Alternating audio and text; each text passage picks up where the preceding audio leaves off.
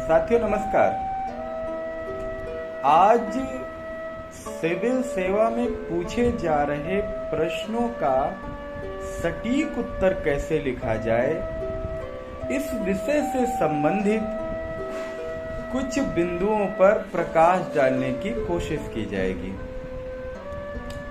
साथियों, जैसा कि पहले ही चर्चा की जा चुकी है कि अब यूपीएससी में पूछे जा रहे प्रश्न हो या स्टेट लेवल के सिविल सर्विसेज एग्जाम में प्रश्न पत्रों की प्रकृति हो, प्रश्न अभ्यर्थी के ज्ञान का कम बल्कि उसके बुनियादी समझ का परीक्षण अधिक करते हैं। और ऐसी स्थिति में एक बेहतर उत्तर तभी लिखा जा सकता है जब प्रभावी तरीके से अपनी बात कही जाए, विचारों में संतुलित दृष्टिकोण होना चाहिए और उत्तर में मौलिकता दिखाई देनी चाहिए।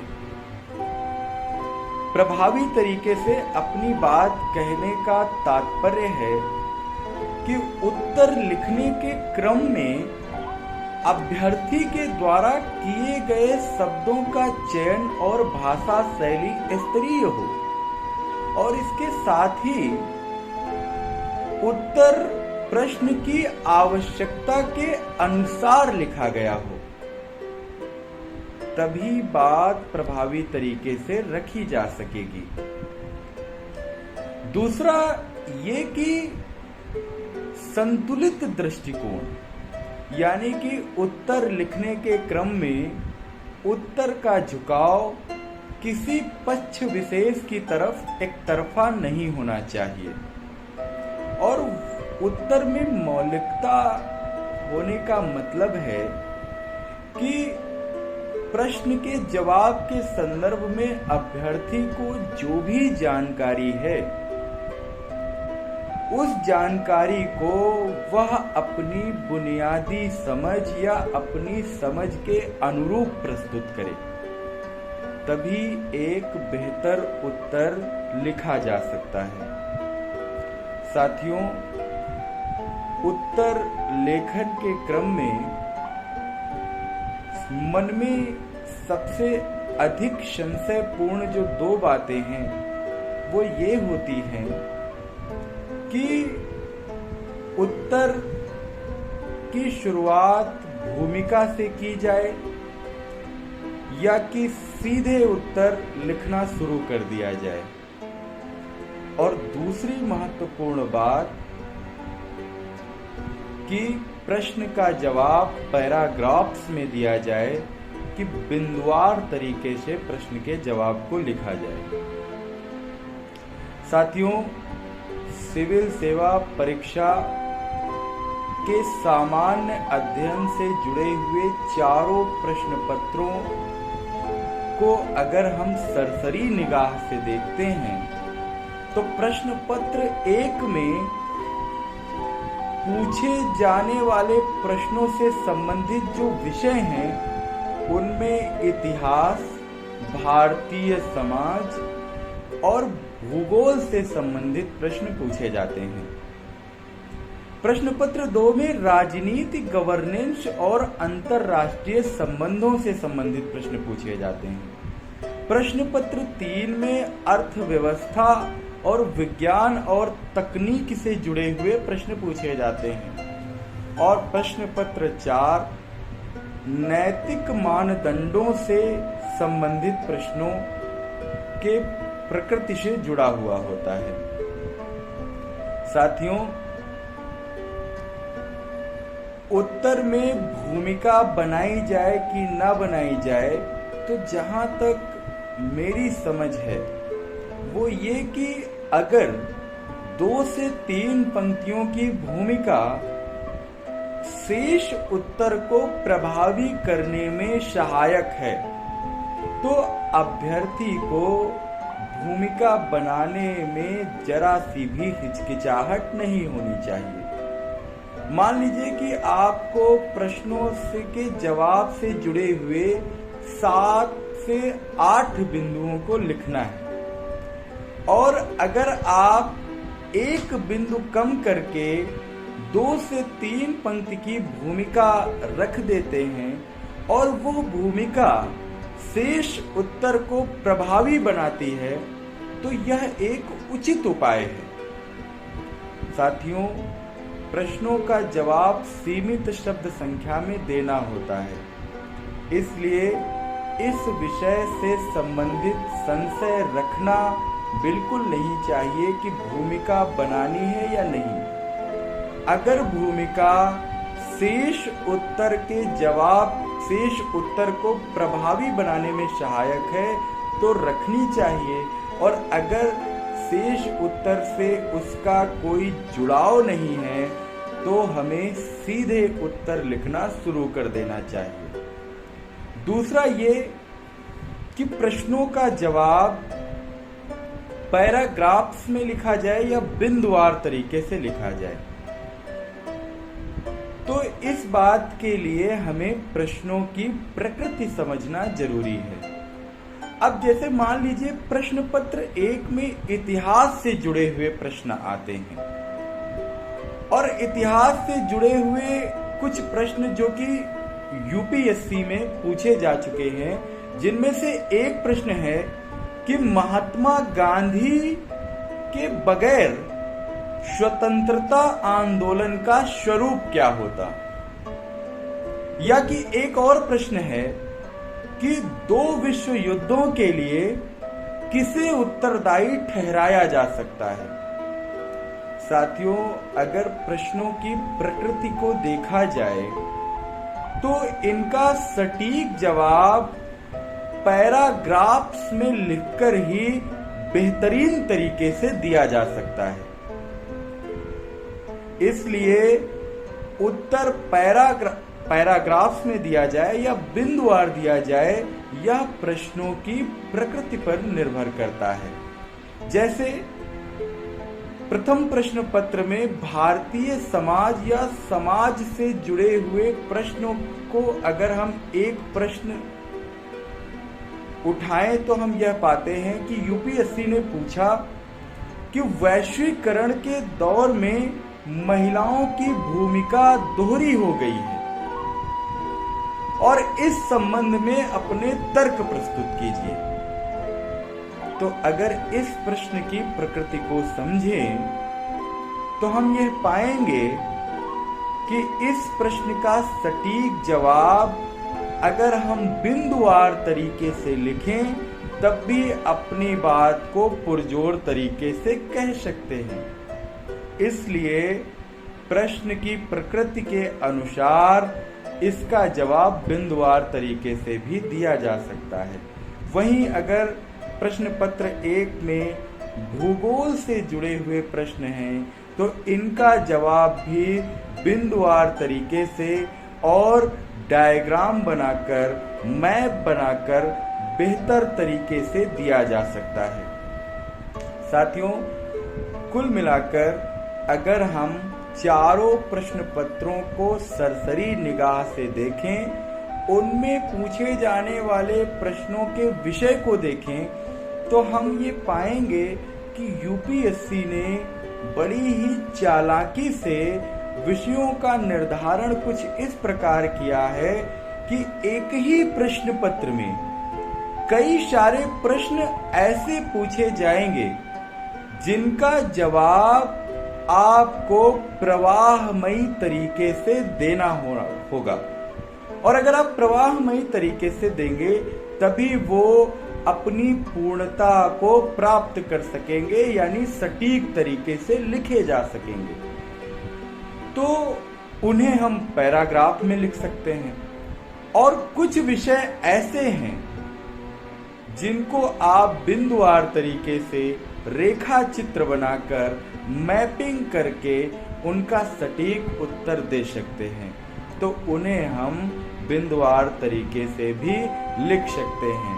अब अभ्यर्थी को इतनी समझ होनी चाहिए कि प्रश्नों को पढ़कर वह इस बात का निर्णय ले सके कि इसका जवाब हमें बिंदुवार तरीके से देना है या पैराग्राफ्स में देना है। साथियों, अगर अर्थव्यवस्था, एक उदाहरण को और अगर मैं आगे बढ़ाऊं तो अर्थव्यवस्था से जुड़े हुए प्रश्न या विज्ञान और तकनीक से जुड़े हुए प्रश्न, इनको जवाब देने के क्रम में बहुत अधिक पैराग्राफ बनाने की या भाषा को प्रवाहमयी बनाने की आवश्यकता नहीं होती। अगर आप बिंदुवार तरीके से भी अपनी बात रखेंगे तो कम शब्दों में आपकी बात पूरी हो जाएगी। तो इसलिए एक अच्छा अभ्यर्थी वही है, और एक अभ्यर्थी बेहतर तरीके से उत्तर तभी लिख सकता है जब उसे पैराग्राफ्स में भी उत्तर लिखने की अभ्यस्तता हो और बिंदुवार तरीके से भी अपनी बात रख सकता हो, और प्रश्नों को देखकर वह यह निर्णय ले सके कि इसका उत्तर, इसका जवाब हमें बिंदुवार तरीके से देना है या पैराग्राफ्स में देना है। साथियों, अपने बात को और अधिक प्रभावी तरीके से रखने के लिए, पुरजोर तरीके से रखने के लिए मैं एक प्रश्न को विश्लेषित करने की कोशिश करूंगा।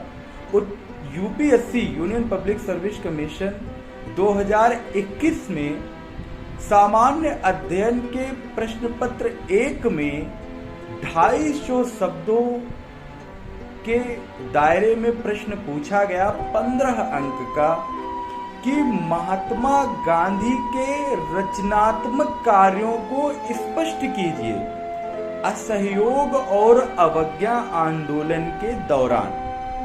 प्रश्न था कि असहयोग और अवज्ञा आंदोलन के दौरान महात्मा गांधी के द्वारा किए गए रचनात्मक कार्यों को स्पष्ट कीजिए। साथियों, इतिहास से जुड़ा हुआ ये प्रश्न है, और प्रश्न को देखकर ही यह बात स्पष्ट हो जा रही है कि इसका जवाब लिखने के क्रम में बुनियादी समझ होना जरूरी है। असहयोग आंदोलन और अवज्ञा आंदोलन के दौरान महात्मा गांधी ने किस प्रकार अपने मूल विचारों के माध्यम से इन्हें गति देने का कार्य किया, और इनका भारतीय समाज पर क्या प्रभाव पड़ा, इस बात को आपको स्पष्ट करना है। रचनात्मकता का अर्थ होता है कि मूल विचारों के माध्यम से। साथियों, अगर इसका उत्तर हम लिखने की कोशिश करते हैं या एक बेहतर उत्तर की तरफ बढ़ने की कोशिश करते हैं, तो हम 2 से 3 पंक्तियों की भूमिका, जो कि उत्तर को प्रभावी, शेष उत्तर को प्रभावी बनाने में सहायक हो, अगर हम रखना चाहें तो इसमें हमें जरा भी हिचकिचाहट नहीं करनी चाहिए। जैसे कि हमने कहा कि रचनात्मकता महात्मा गांधी के जीवन का अभिन्न अंग है। रचनात्मकता महात्मा गांधी के जीवन का अभिन्न अंग है, जिसकी झलक उनके कार्य करने के तरीके में दिखाई पड़ती है, और इसका प्रभाव या आंदोलनों में मूल विचारों के समावेश का प्रभाव, जहां एक ओर स्वतंत्रता संघर्ष को मजबूती प्रदान करता है, वहीं दूसरी ओर यह भारतीय समाज को आर्थिक और सामाजिक रूप से भारत को सशक्त करने का भी कार्य करता है। तो 2 से 3 लाइन में आपने प्रश्न को या प्रश्न का जवाब किस दिशा में जाना है, इस बात को लिख दिया। अब अगर उत्तर को आगे बढ़ाते हैं तो हम देखेंगे कि गांधी जी ने अहिंसा को, सत्य को, अहिंसा को स्वतंत्रता संघर्ष का आधार बनाया और असहयोग आंदोलन से पहले होम रूल के समय उन्होंने प्रार्थना और उपवास को स्वतंत्रता संघर्ष से जोड़ने की कोशिश की, एक सफल कोशिश की। अब देखिए, बिंदु नंबर 1 अगर डाला जाए तो इसके जवाब में हम लिख सकते हैं कि अहिंसक तरीके से किए जा रहे आंदोलन में प्रार्थना और उपवास को जोड़कर अहिंसा को और अधिक मजबूती प्रदान की गई।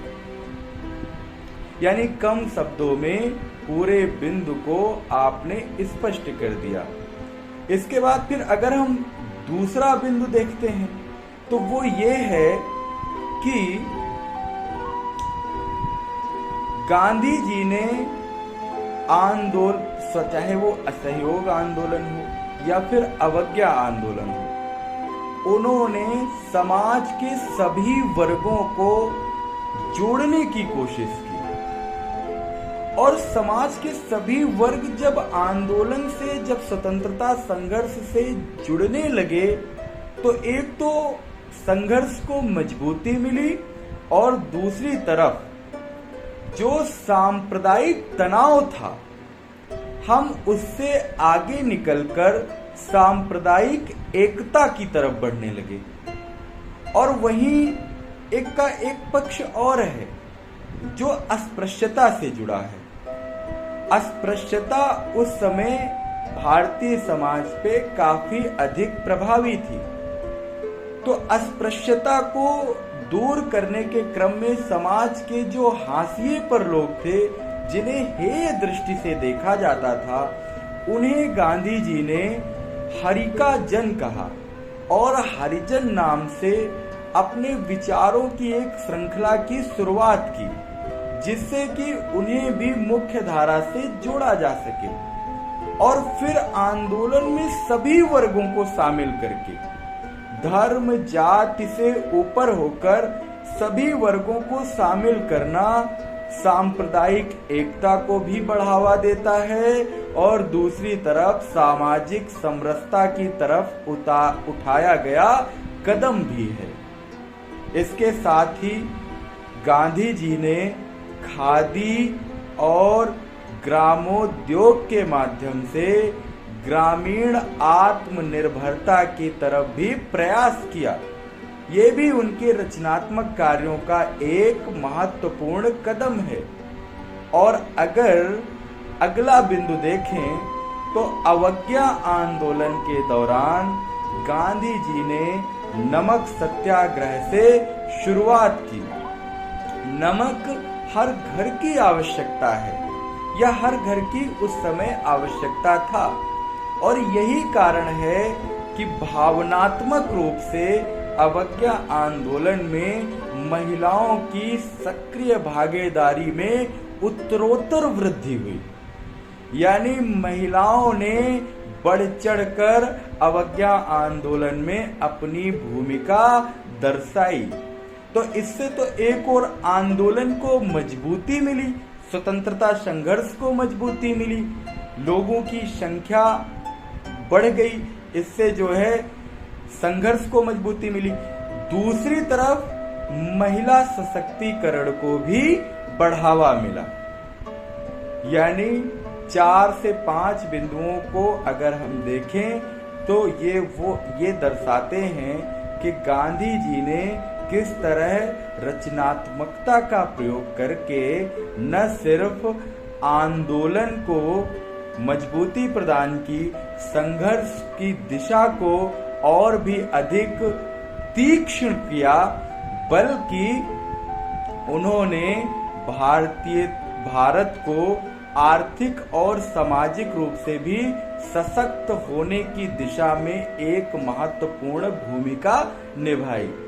इसके बाद फिर अगर आप 1-2 पंक्ति में स्वच्छता और शिक्षा को भी जोड़ना चाहें तो उसको भी जोड़ा जा सकता है। अब इसमें अगर इस उत्तर लेखन को अगर हम इसके प्रारूप को, पैटर्न को समझने की कोशिश करें तो सबसे पहले तो 2 से 3 पंक्तियों में हमें उत्तर किस दिशा में ले जाना है इसको तय करने का क्रम निर्धारित किया गया, भूमिका लिखी गई।